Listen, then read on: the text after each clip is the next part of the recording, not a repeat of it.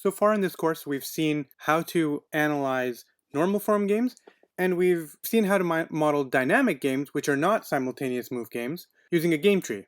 This is an example of a game tree. We've got here a game where player 1 decides whether he wants to leave the market or enter the market. These players are firms, and firm 2 is an incumbent firm and can either accommodate the new entrant, and in which case they would split the market share, or they would engage in a price war, which is detrimental to both of them, and they both get a payoff of -1. If the entrant, so firm 1, who is a new firm, doesn't enter the market, then the firm that doesn't enter the market doesn't get anything, so it gets a payoff of 0, and the incumbent firm keeps the entire market share, so it's a payoff of 4. Recall that a strategy is a complete contingent plan. So what's a strategy for player 1? So strategy for player 1 tells us whether he is in or out, because there's only one information set at which player 1 is called to play. So strategies for player 1 are either in or out. And what are the strategies for player 2? Again, player 2 only has one information set where they're called to play, so there's two possible strategies: accommodate or engage in a price war. So we can formulate this extensive form game as a normal form game instead, because each of them has two strategies, and as a function of the choices that both of them make, the game tree gives us the payoffs. So we could enter that into a table. So this is the normal form version of this extensive form game. They both represent the same game. However, this extensive form includes an element of timing. Player 2 doesn't have to decide, in fact, can't decide what player 2 is going to do simultaneously with the player 1's choice. And let's see why that makes a difference. What are the Nash equilibria of this normal form game? There are two Nash equilibria here. If player 1 plays in, the best response of player 2 is to accommodate, because engaging in a price war leads to a payoff of -1, which is less than the payoff of 2, where they split the market share. So accommodating is better than engaging in a price war. And if player 1 expects player 2 to accommodate, then it's better to enter the market than it is to stay out, because if you stay out, you get nothing. If you enter the market, you get a payoff of 2. So we see then that player 1 to enter the market, and for player 2 to accommodate, that is a Nash equilibrium. Are there any other Nash equilibria? Indeed, if player 2 plays price war, then player 1's best response is to stay out. So the comparison for player 1 is between a payoff of -1 by entering the market or a payoff of 0 by staying out. So of course, staying out is the best response if player 2 is going to engage in a price war. So OP is also a Nash equilibrium. Now my question to you is, does OP make sense as a Nash equilibrium? Of course, in this simultaneous move game, it makes perfect sense. But in the extensive form representation of this game, where we actually can model the timing, does this make sense? This says that player 2 is going to play price war, so player 1 should play out. If we ignore the timing of the game, so if player 2 and player 1 write down their strategies that they're going to play and commit to them, let's say they both program some computer to take care of it for them, and they both do their computer programming at the beginning simultaneously, and then the computer plays on their behalf, then sure, this makes sense. But if player 2 actually makes their choice, having observed what player 1 did, then the choice that player 2 is making here is somewhat silly. If player 1 has now chosen enter the market, then player 2 is choosing essentially between getting a payoff of 2 or getting a payoff of -1. So once we're at this information set, the choice of price war doesn't make any sense. Phrased differently, if this were the equilibrium, and somehow player 1 made a mistake and played in instead, and we ended up at this information set somehow, would player 2 want to reconsider what they've chosen, P? And the answer is yes, because they would be better off to accommodate. So we can interpret this Nash equilibrium as follows. Suppose they make an announcement beforehand that this is a strategy I plan to play, then this amounts to player 2 saying, hey, if you enter the market, I'm going to engage in a price war. And player 1 saying, oh, he's going to engage in a price war, I better stay out. The problem is that the threat of a price war from player 2 is not a credible threat. And what do we mean by it not being credible? We mean that if player 1 actually called him on that bluff and played in instead, player 2 would say, actually, I'm not going to play price war, I'm going to play accommodate instead. So this game shows how we lose something by looking at the normal form only and removing the time aspects that we're able to model in an extensive form. In particular, it demonstrates that we need to strengthen the notion of rationality here. Not any Nash equilibrium of the normal form is sensible when you take time into account. Having every player make a choice that is optimal for them at the time where they make that choice is what we call sequential rationality. We'll look at another example and then we'll talk about this a little more rigorously. In the Stackelberg duopoly model, the firms choose quantities, but they don't do this simultaneously. Firm 1 chooses its quantity Q1, firm 2 observes the choice of firm 1, and then picks its quantity Q2. The price is given by this function P equals 12 minus Q, where capital Q is the sum of the quantities. We'll assume that the marginal costs are 0 to keep life simple. And if you recall the notation that we introduced to represent extensive form games where players have a continuum of strategies, instead of drawing infinitely many branches from the initial node, we just draw the first branch and the last branch. So if the firm 1 has to pick a quantity between 0 and 12, we draw two branches, one for 0 and one for 12, and we draw an arc between them to represent that the firm can pick anything between 0 and 12. For a given choice by firm 1, firm 2 then picks quantity Q2. Again, firm 2 picks some number between 0 and 12. Given the choices Q1 and Q2, the payoffs are simply the revenue because the marginal cost is 0. So firm 1's payoff is 12 minus Q1 minus Q2, which is the price, times Q1. And firm 2's payoff is 12 minus Q1 minus Q2, which is the price, times the quantity that firm 2 produces. So those are the payoffs, and this is how we represent the extensive form game for the Stackelberg duopoly model. What's the strategy for player 1? There's only one information set where player 1 can be called to play. So the strategy set for player 1 is just the interval 0 to 12. There are infinitely many information sets for player 2, and there's a continuum of them. So for each quantity Q1 between 0 and 12, there's an information set for player 2. So a strategy for player 2 is a function from 0 to 12 to prices between 0 and 12. So when firm 2 observes the choice Q1 by firm 1, it picks the quantity S2 of Q1. Now, if we're just going to look for Nash equilibria, we need to pick a quantity for firm 1 and some function for firm 2. And that function could be anything. But it just needs to be that it's a best response to whatever it is that firm 1 chooses. I'm going to show you that there's a ridiculous number of Nash equilibria for this game. And so the idea of Nash equilibrium is not quite enough to capture what's going on here. In particular, let me show you that take any x between 0 and 12, the following has to be a Nash equilibrium. Firm 1 produces the quantity x. Firm 2 plays a strategy such that it responds to the quantity x with 12 minus x divided by 2, and it responds to any other quantity y different from x by producing 12. This shows that there's a whole continuum of Nash equilibria to this game. There are others as well, but this is enough to demonstrate that we've missed something by looking only at Nash equilibria. So let me prove this statement to you. So let's look at firm 1's best response when firm 2 behaves in this manner. Firm 1's best response to this strategy S2 of firm 2 is the following. Choose the quantity Q1 between 0 and 12 that maximizes 12 minus Q1 minus S2 of Q1, whole thing times Q1. Now, do we want to take a first order condition here? No, because this function is not differentiable. S2 is not differentiable. And also we don't have to. Look at this thing here.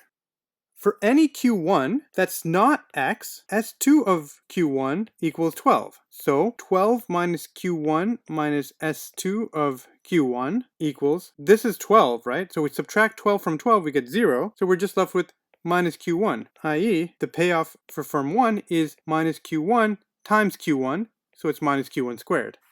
For numbers that are between 0 and 12, that's going to be less than or equal to 0. Now let's compare that with Q1 equals x. When Q1 equals x, S2 of Q1 equals 12 minus x over 2. So we have 12 minus Q1 minus S2 of Q1. So we have Q1 is x. This is 12 minus x over 2. So we've got 12 minus x minus 12 minus x over 2. That leaves 12 minus x over 2. And so this is weakly positive. If x is less than 12, then this is a positive number. If x is equal to 12, it's 0, but it's never a negative number.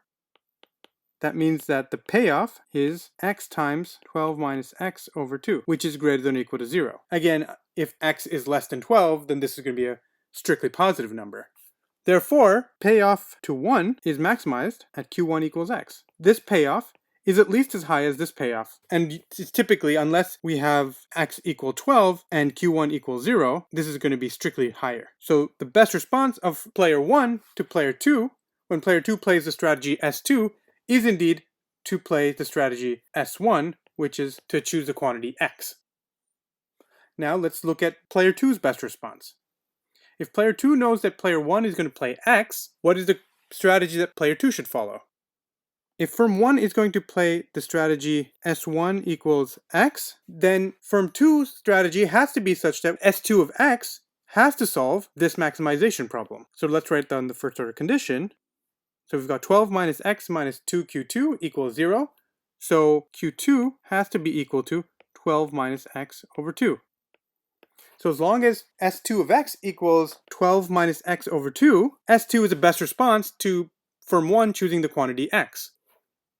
What firm 2 does for any other quantity doesn't matter. And so setting the S2 of y equal to 12 for all y not equal to x is perfectly fine. It's still a best response. The only condition that S2 needs to satisfy is that S2 of x equals 12 minus x over 2. And that proves that S1 and S2, such that S1 equals x, S2 is such that S2 of x equals 12 minus x over 2, and S2 of y for all y not equal to x equals 12, is a Nash equilibrium. Again, we find that what's going on here is that a lot of these Nash equilibria aren't terribly sensible. What we're doing off the equilibrium path, so notice there's an equilibrium path here where player 1 chooses quantity x, and then player 2 has to move. The equilibrium path is where 1 chooses x and 2 chooses 12 minus x over 2. So if we follow these strategies, this is the path through the tree that we would trace. However, these nodes for player 2 are not on the equilibrium path because player 1 never chooses to go down those branches. So off the equilibrium path, what we have player 2 doing is crazy stuff. Player 2 is doing crazy things like picking the quantity 12, which is absolutely not going to maximize player 2's payoff. So player 2, in this case, is not behaving rationally off the equilibrium path. And he's making these threats that if you stray from this equilibrium path, I'm going to do something crazy. But those threats are not credible. And that's the problem with looking at these Nash equilibria of these extensive form games. When we ignore the time element and just turn the game into a normal form game, we end up with these types of issues. For firm 2, if firm 1 produces a different quantity, the rational quantity for firm 2 to then produce is to produce, by the same analysis, we would find that they would produce q2 should be equal to whatever q1 is, it should be 12 minus q1 over 2. And we'll solve this using the techniques we're going to develop now, and we'll come back to this Stackelberg duopoly model, and we'll find that indeed this is what the equilibrium ought to be. So we can now formalize this idea of sequential rationality. So sequential rationality says that each player plays a strategy that maximizes her expected payoff conditional on reaching any information set where she could be called to play, even if she doesn't actually believe that she'd end up being there. So if we go back to the examples we've seen earlier, that means that player 2, if he finds himself at some point that's not along the equilibrium path, so if this were x, if player 2 finds himself somewhere else, it has to be that even at that point, player 2 is going to make a choice that is going to maximize player 2's payoff. Or if we go back even earlier, if we go back to this game over here, it says that player 2 here, should we reach this information set, the action that player 2 takes has to maximize player 2's payoff. So it would have to be accommodate and not price war. Price war is not a sequentially rational strategy for player 2. So we're going to strengthen our assumptions to analyze these dynamic games, and rather than just assuming common knowledge of rationality, we're going to assume common knowledge of sequential rationality. If players are sequentially rational, then finding a strategy profile where everybody's behaving in a sequentially rational manner can be done through what's called backwards induction. And let me show you what backwards induction is. In backwards induction, like the name suggests, we solve the game backwards. We start at the terminal nodes, and then we move our way backwards towards the initial node. So the first step is to look at the decision nodes where the only immediate successors are terminal nodes. Suppose you had some decision node for player I, so there are these 4 different moves that player 1 could take, and the payoffs would be perhaps something, if you played A, at this terminal node, player 1 would get 1, other players would get some payoffs. At this node, player I would get, let's say, 3, at this node he'd get 2, and at this terminal node he gets maybe 5. We start backwards induction by looking at only those decision nodes. This is a decision node because player 1 gets to decide which of the actions he wants to take, which branch he wants to go down.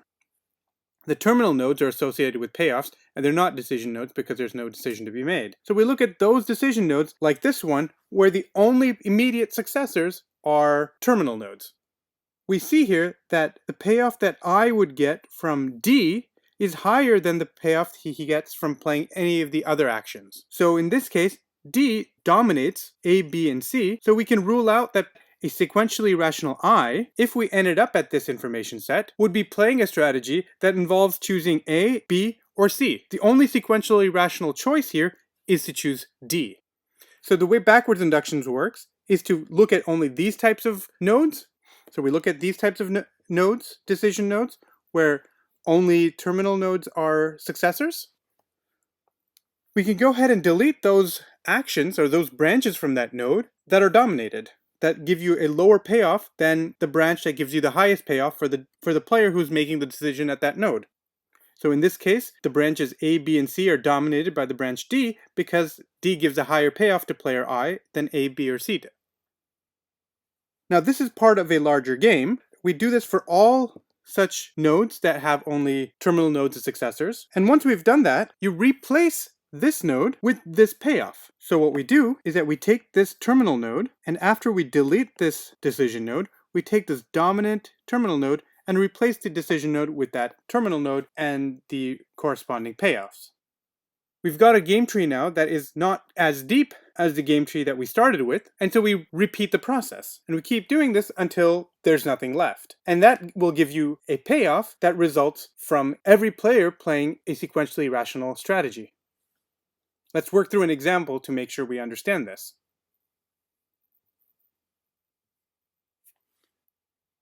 So what are the nodes here that have only terminal successors? This one and this one. Let's start with this one here. Player 2 is a decision maker. So we're going to compare A and B and look at the payoff that player 2 is going to get from those two strategies. We see that the payoff from A is 4 and the payoff from B is 2. So we can rule out that a rational player 2 would choose B if we ever ended up at this information set. So we know right away that player 2 is never going to play B, and he would choose A if we ended up at this information set. So we can replace this decision node with the terminal node associated with the payoff 1, 4.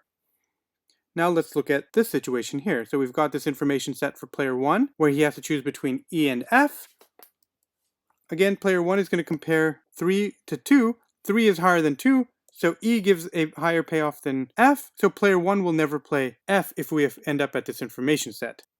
So if we end up at this information set, player 1 will certainly play E. So again, we replace this decision node with the terminal node that carries a payoff of 3, 3. Now we can repeat the process because in the original game, there are no longer any decision nodes that had only terminal nodes as successors. But now in this, what we call a reduced game, we've got this information set right here, which has only terminal nodes as its successors. Player 2 now is going to compare between C and D. D yields a payoff of 2, C yields a payoff of 3, 3 being higher than 2. We can rule out that a rational player 2 would choose D if we ended up at this information set. So again, we'll move up the dominant payoff to here. Now we look at this information set, since it's the only remaining decision node. Player 1 has to choose between up and down. Up yields a payoff of 1, down yields a payoff of 3, down wins. So a rational player 1 at this decision node would never choose up. So player 1 would only choose down. So the payoffs that are going to result in this game are going to be 3, 3. And we can now see what the strategies are that result in the payoff 3, 3 and that are sequentially rational. Player 1 at his first information set plays D, and his second information set plays E. Player 2 at this information set plays A, and at this information set plays C. So for player 1, the strategy D, E, and for player 2, the strategy A, C is sequentially rational. Moreover, it's a Nash equilibrium, because at no point can either of the players profitably deviate from these strategies. So this is also a Nash equilibrium. What we see in this example is that backwards induction found a unique strategy profile that was sequentially rational. And that sequentially rational strategy profile is a Nash equilibrium. In general, as long as there are no ties, so if we look at this game, at any decision node, the choices for a player don't give the same payoff. So there are no ties in the way a player feels about two possible actions that he might take. So here, for example, player 1 chooses between 3 and 2. In general, if there are no ties in the game, and the game's a complete information game, then backwards induction is going to find a unique profile of sequentially rational strategies, and that unique profile of sequentially rational strategies is going to be a pure strategy Nash equilibrium. So this actually proves that every perfect information game where there are no ties in the outcomes has a pure strategy Nash equilibrium. If there are ties, backwards induction won't find a unique outcome, but it can find multiple outcomes.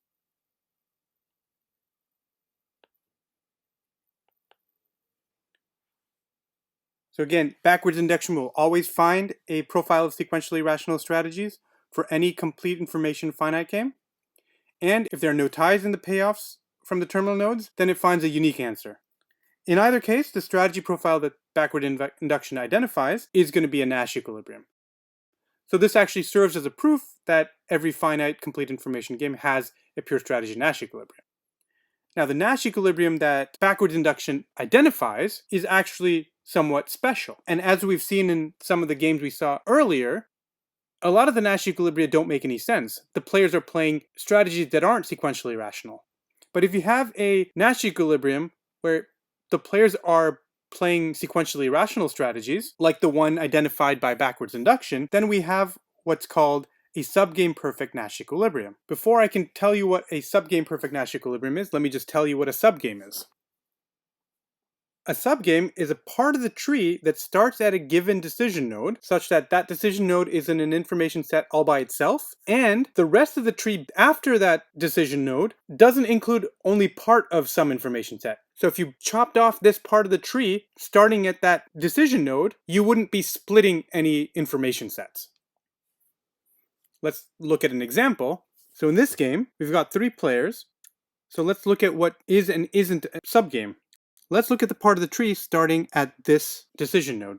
This decision node is in its own information set, so we're good for this part. And so if we look at the rest of the tree, it doesn't include any information set partially. It includes all of the information set that this node is in, but it doesn't split any information sets. So this is good. This is a subgame. So tree starting at Y is a subgame. Let's look at this one right here. If we look at the tree starting at X, so if we just look at all the successors of X, we've got this here. This is not a subgame. Why isn't it a subgame? Because it splits this information set. It includes part of this information set, but only partially. This node is in the information set, this node is out of the information set. So this is not a subgame. How about the successors of this node? This fails the first test. This thing is not in an information set by itself. So this is not a subgame either. What about this one?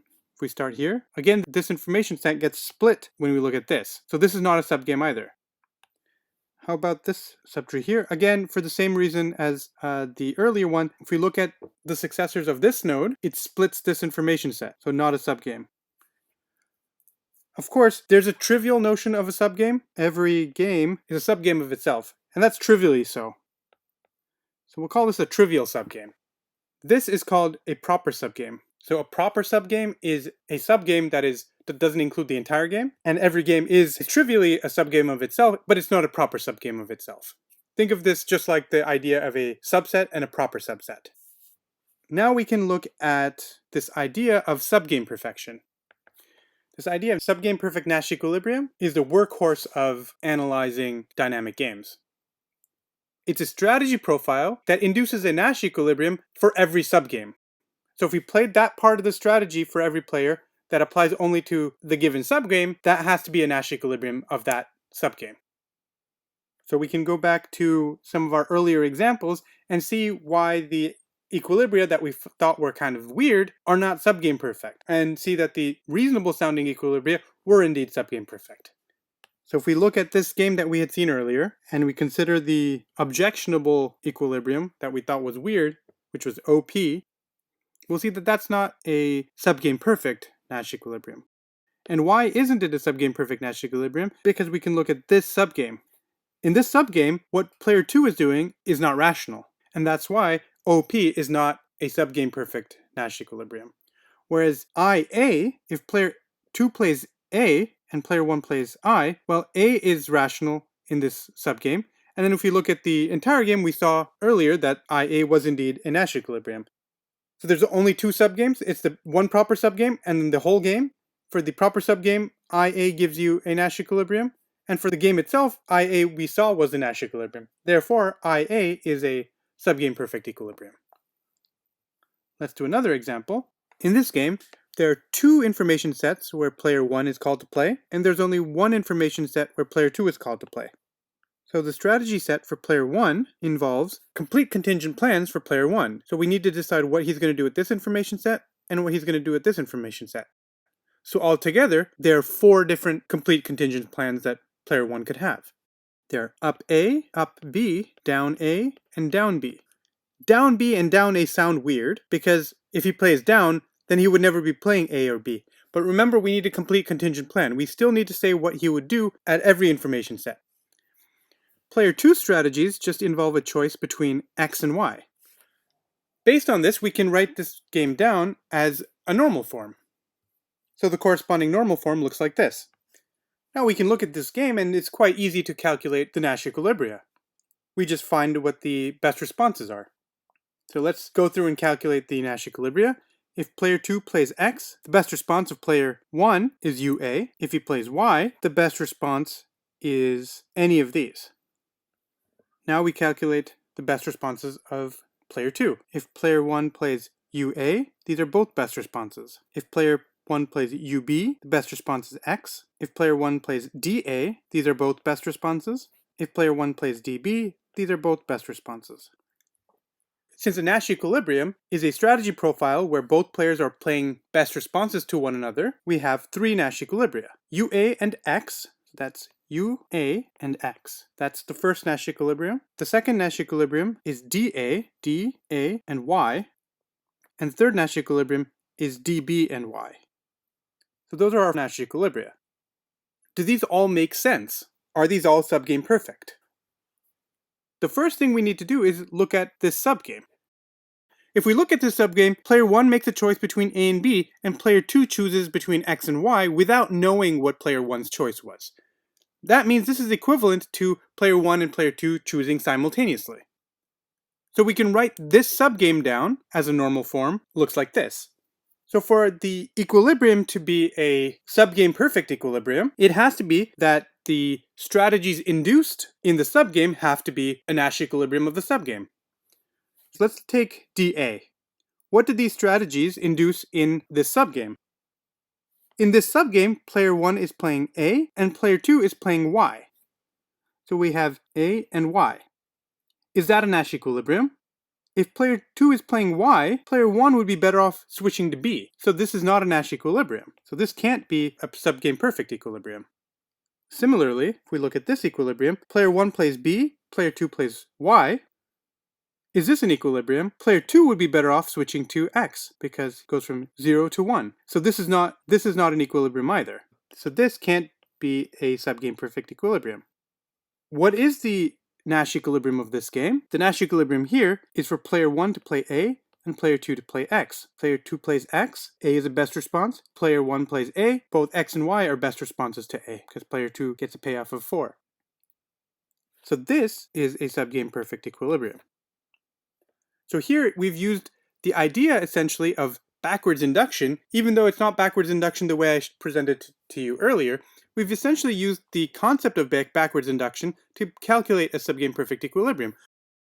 Rather than looking at a decision node like this, since we can't do that, we look at the smallest subgame that can't be broken down any further. And we found an equilibrium of that. And then we go backwards and we can just replace here 3, 4 for this node and then have player 1 choose between up and down. Then player 1 would have to choose up. And that would give us the subgame perfect Nash equilibrium.